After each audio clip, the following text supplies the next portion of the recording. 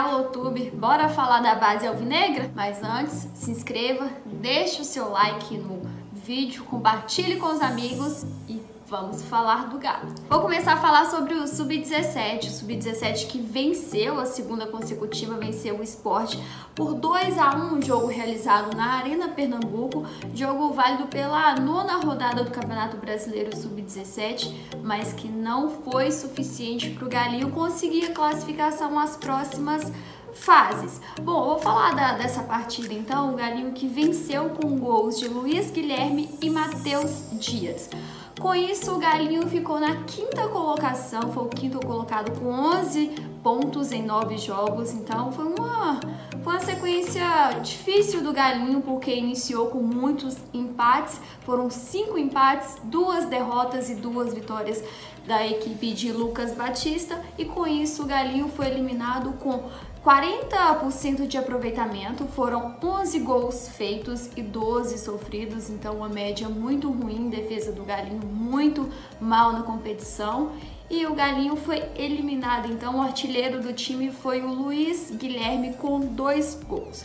O Galinho agora que tem pela frente só a Copa do Brasil, o jogo será contra o São Raimundo do Amazonas no dia 25/11, então o jogo vai ser lá em Manaus, quarta-feira.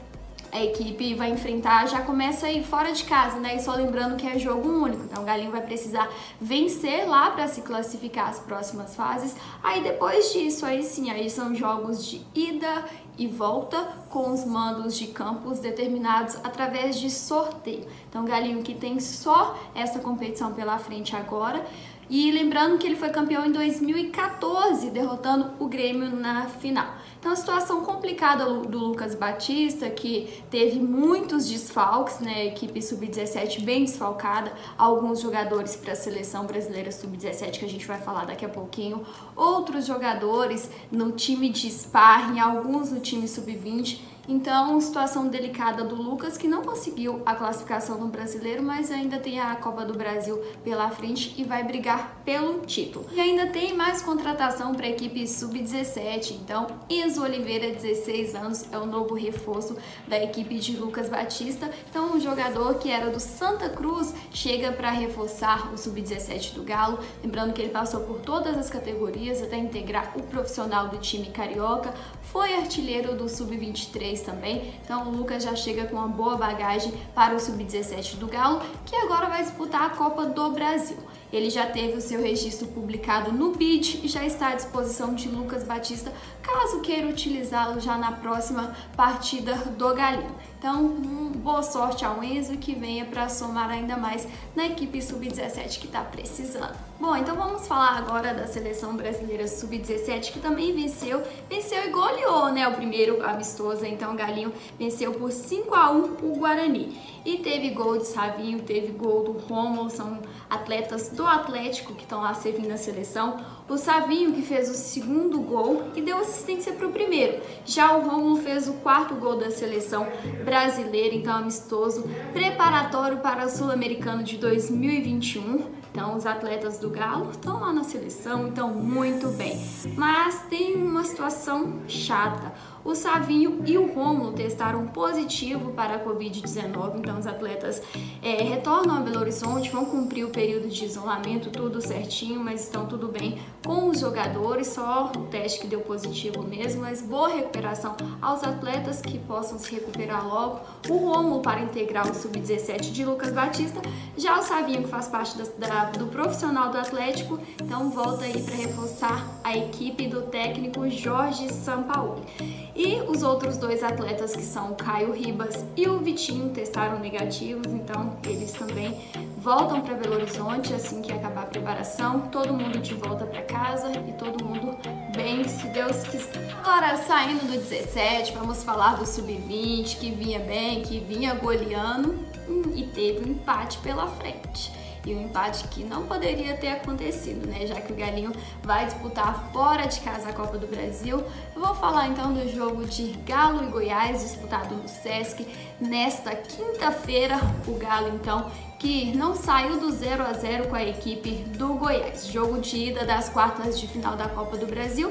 Então a escalação tá bem aqui. para quem quiser conferir quem o técnico Marcos Valadares escalou os 11 iniciais e no decorrer da partida o Denilson entrou na vaga do volante Iago, o Paulo Vitor na vaga do Júlio César, o Matheus Alisson entrou para a saída de Echaporã e Luciano entrou na vaga de Giovani. Bom, um detalhe que o Gabriel Santos esteve no banco de reservas a primeira vez. O Gabriel, que é recém-contratado pelo Atlético, veio do São Caetano, então estava no banco de reservas, mas não entrou na partida. Várias chances de gol para os dois lados, tanto para o Goiás, para o Galinho. O Galinho, a melhor delas foi com o Wesley no travessão, mas a bola não entrou. Quem tentou também o Guilherme Santos, artilheiro do time, o Echaporã, o Guilherme zagueiro também teve uma boa tentativa, mas não conseguiu abrir o marcador no Sesc. E Jean também fez boas defesas, como sempre, né? Goleirão Jean, sempre muito firme debaixo das traves.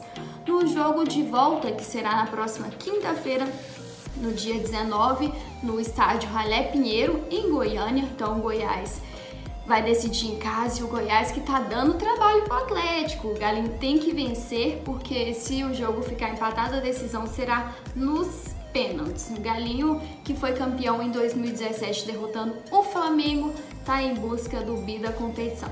Então, segunda-feira tem mais Galinho em campo. E eu vou trazer mais informações aqui no canal GaloTube, mas antes de me despedir, eu vou trazer mais uma contratação também para a equipe sub-20 do Galo. O Atlético acertou então a contratação do volante Caio Mendes, 18 anos. Ele veio da Sociedade Esportiva do Gama e chegou para reforçar a equipe de Marcos Valadares na disputa do Brasileiro e da Copa do Brasil. Lembrando que o registro dele já foi publicado no BID, então já está à disposição no Marquinhos, como é conhecido o treinador atleticano, caso o professor opte por colocá-lo em um duelo, então ele já está à disposição do treinador. E lembrando que tem um jogador do Cruzeiro também que está na pauta do Atlético, tem essa especulação, jogador bom, mas extracampo. Então vamos seguir analisando, seguir observando essa transição desse atleta, e caso se confirme eu vou trazer a informação aqui, vou falar mais sobre quem é esse jogador. Não se esqueça de deixar o seu like, compartilhar o vídeo, deixe seu comentário também, pode participar, interagir. Se quiser seguir as redes sociais da Rádio da Massa, @Rádio da Massa, para você ficar sabendo de tudo que acontece no Galo, e aqui também no canal GaloTube, meu Instagram @GabiSilvadê. Eu volto com mais notícias.